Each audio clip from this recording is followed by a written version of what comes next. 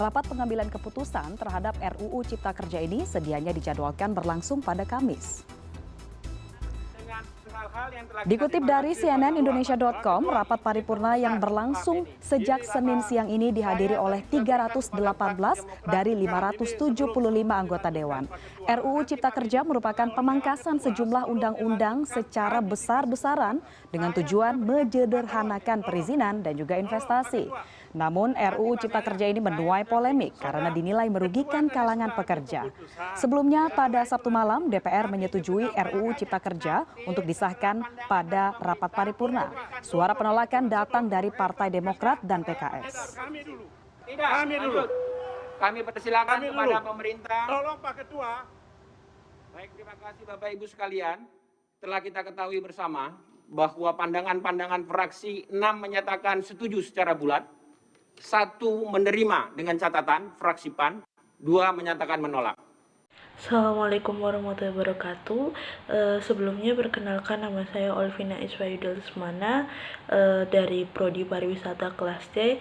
Di sini saya ingin menyampaikan tentang seputar tugas saya, yaitu membahas tentang warga dan negara Indonesia serta perundang-undangan yang ada di Indonesia, serta apa saja sih yang terjadi di Indonesia tentang warga negara dan undang-undangnya. Dan kali ini saya akan membahas tentang Omnibus Law. Sebelum kita masuk ke permasalahannya, kita harus mengetahui terlebih dahulu apa sih Omnibus Law dan apa sih yang menyebabkan Indonesia sampai heboh pada waktu itu karena diberlakukannya Undang-Undang Omnibus Law ini. Mari kita mulai dari yang pertama, yaitu apa itu Omnibus Law. Baik, kita mulai dari pengertian Omnibus Law. Omnibus Law sendiri pertama kali muncul dalam pidato pertama Joko Widodo setelah dilantik sebagai Presiden RI untuk kedua kalinya. Dalam pidatonya, Bapak Joko Widodo menyinggung sebuah konsep hukum perundang-undangan yang disebut dengan Omnibus Law. Saat itu, Bapak Joko Widodo mengungkapkan rencananya untuk mengajak DPR membahas 2 undang-undang yang nantinya akan menjadi Omnibus Law. Pertama, Undang-Undang Lapangan Cipta Kerja dan Undang-Undang Pemberdayaan UMKM. Bapak Jokowi menyebutkan bahwa masing-masing undang-undang tersebut akan menjadi Omnibus Law, yaitu satu undang-undang yang sekaligus merevisi beberapa atau bahkan puluhan undang-undang. Analisisnya, isi Omnibus Law Cipta Kerja yang dikemukakan oleh Presiden Joko Widodo banyak berkaitan dengan bidang kerja pemerintah di sektor ekonomi. Diberitakan di kompas.com pada 21 Januari 2020, ada 2 Omnibus Law yang diajukan pemerintah, yaitu Cipta Kerja dan Perpajakan. Secara keseluruhan ada 11 klaster yang akan menjadi pembahasan dalam Omnibus Law RUU Cipta Kerja. Namun pada Undang-Undang Omnibus Law ini terdapat beberapa pasal yang menurut masyarakat bermasalah dan kontroversial dalam diberlakukannya peraturan ini. Salah satunya adalah bab 4 tentang ketatanegaraan Undang-Undang Cipta Kerja. Pasal pertama yang kontroversial yang beredar di masyarakat yaitu adalah pasal 59 Undang-Undang Cipta Kerja yang menghapus tentang jangka waktu perjanjian kerja atau yang biasa kita sebut dengan PKWT antara pekerja dan perusahaan. Pemerintah menghapus jangka waktu perjanjian yang dilakukan antara pekerja dan perusahaan serta mengatur ulang peraturan yang sekarang menjadi bahwasannya perjanjian kerja antara perusahaan dan pekerja diatur oleh pemerintah. Sebelumnya, Undang-Undang Ketatanegaraan yang mengatur tentang perjanjian PKWT dapat diadakan paling lama 2 tahun dan hanya boleh diperpanjang 1 kali untuk jangka waktu paling lama 1 tahun. Ketentuan baru ini berpotensi memberikan kekuasaan dan keleluasaan bagi pengusaha untuk mempertahankan status pekerja tanpa batas kontrak yang jelas yang telah ditentukan seperti sebelumnya. Yang keempat yaitu sanksi tidak dibayar upah dihapus yang dikemas dalam pasal 91. Aturan mengenai sanksi bagi pengusaha yang tidak membayarkan upah sesuai ketentuan dihapus oleh Undang-Undang Cipta Kerja. Pasal 91 ayat 1 Undang-Undang Ketenagakerjaan mengatur pengupahan yang ditetapkan atas kesepakatan antara pengusaha dan pekerja buruh atau serikat buruh yang tidak boleh lebih rendah dari ketentuan pengupahan yang ditetapkan oleh peraturan perundang-undangan yang berlaku. Kemudian pasal 91 ayat 2 menyatakan dalam hal kesepakatan sebagaimana dimaksud dalam ayat 1 lebih rendah atau bertentangan dengan peraturan perundang-undangan, kesepakatan tersebut batal demi hukum dan pengusaha wajib membayarkan upah pekerja atau buruh menurut peraturan perundang-undangan yang berlaku. Selain tercantum pada pasal 91, aturan larangan membayarkan besaran upah di bawah ketentuan juga dijelaskan pada pasal 90 Undang-Undang Ketenagakerjaan. Namun pada Undang-Undang Cipta Kerja, ketentuan 2 pasal di Undang-Undang Ketenagakerjaan itu dihapuskan seluruhnya. Yang kelima yaitu hak pemohon PHK atau pemutusan hubungan kerja dihapus. Dalam pasal 169 Undang-Undang Cipta Kerja menghapus hak pekerja buruh untuk mengajukan permohonan pemutusan hubungan kerja atau PHK jika merasa dirugikan oleh perusahaan. Dalam pasal 169 ayat 1 Undang-Undang Ketenagakerjaan menyatakan bahwa pekerja atau buruh dapat mengajukan PHK kepada lembaga penyelesaian perselisihan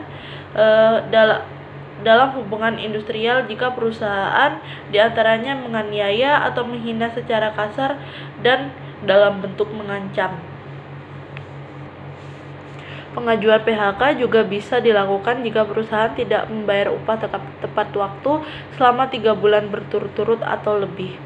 Ketentuan yang diikuti ayat 2 menyatakan bahwa pekerja akan mendapatkan uang pesangon 2 kali dan uang penghargaan masa kerja 1 kali dan uang penggantian hak sebagaimana diatur dalam pasal 156.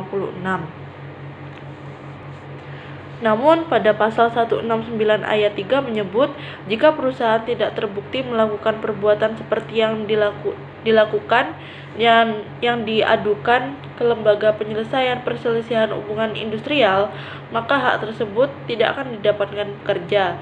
Dan pasal 169 ini seluruhnya dihapus dalam Undang-Undang Cipta Kerja. Dan itu tadi adalah beberapa pasal yang kontroversial di kalangan pekerja atau buruh karena dianggap memaksa dan tidak memberikan kesempatan untuk beristirahat kepada mereka. Namun, pasal-pasal tadi juga dilakukan sebagai bentuk peningkatan ekonomi di Indonesia. Undang-Undang Cipta Kerja memiliki sisi positif dan sisi negatif yang dirasakan oleh pemerintah dan masyarakat. Pemerintah dan negara menganggap bahwasannya undang-undang revisi yaitu Undang-Undang Cipta Kerja ini berdampak pada ekonomi Indonesia dan dapat menaikkan ekonomi Indonesia. Namun di sisi lain masyarakat menganggap bahwasannya Undang-Undang Cipta Kerja ini merugikan dan tidak memberikan istirahat serta tidak memberikan hak-hak buruh dan pekerja yang sebelumnya telah diatur dalam Undang-Undang Ketenagakerjaan. Permasalahan ini menjadi permasalahan antara warga dan negara serta permasalahan undang-undang dikarenakan warga dan negara memiliki pendapat yang berbeda. Warga menganggap bahwa pasal ini merugikan, tetapi negara menganggap bahwa dengan diberlakukannya pasal ini, ekonomi Indonesia dapat membaik dan melonjak naik. Serta undang-undang ini dianggap masih kontroversial hingga sekarang. Pasal kedua yang kontroversial adalah pasal 79 di mana sebelumnya pekerja mendapatkan hak untuk libur 2 hari dalam 1 pekan yang sebelumnya diatur dalam Undang-Undang Ketatanegaraan yang kini dipangkas dalam pasal 79 ayat 2 poin B yang mengatur tentang pekerja wajib diberikan waktu istirahat mingguan 1 hari untuk 6 hari kerja dalam 1 pekan, yang artinya dipangkas 1 hari dari pasal yang sebelumnya berlaku.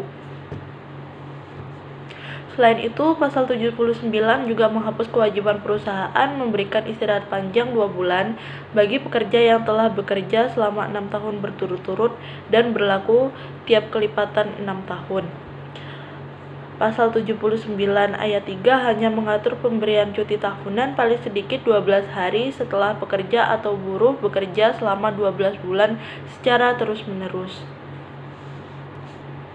Pasal 79 ayat 4 menyatakan bahwa pelaksanaan cuti tahunan diatur dalam perjanjian kerja, peraturan perusahaan atau perjanjian kerja bersama.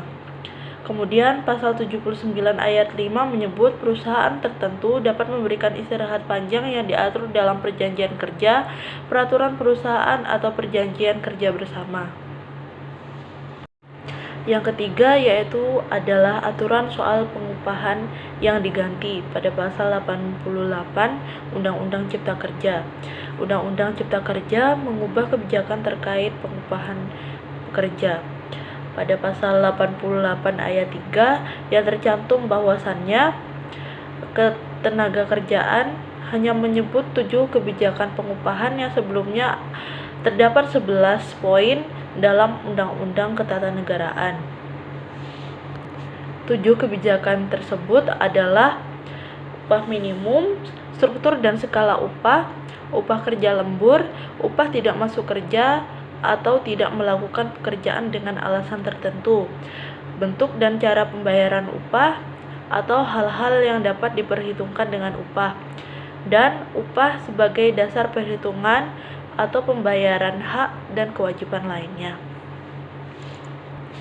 Nah, beberapa kebijakan terkait pengupahan yang dihilangkan melalui Undang-Undang Cipta Kerja tersebut antara lain adalah upah karena menjalankan hak waktu istirahat pekerjaannya, upah untuk pembayaran pesangon, serta upah untuk perhitungan pajak penghasilan.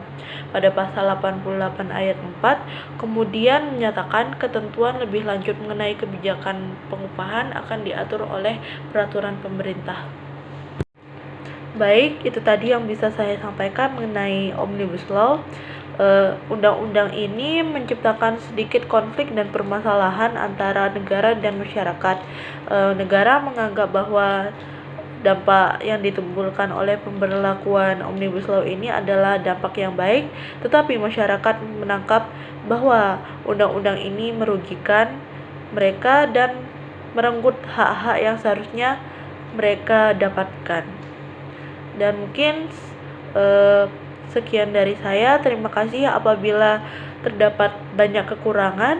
Saya mohon maaf yang sebesar-besarnya dan semoga saya bisa memperbaiki dalam tugas-tugas saya yang selanjutnya. Saya mengucapkan mohon maaf dan terima kasih atas perhatiannya. Wassalamualaikum warahmatullahi wabarakatuh.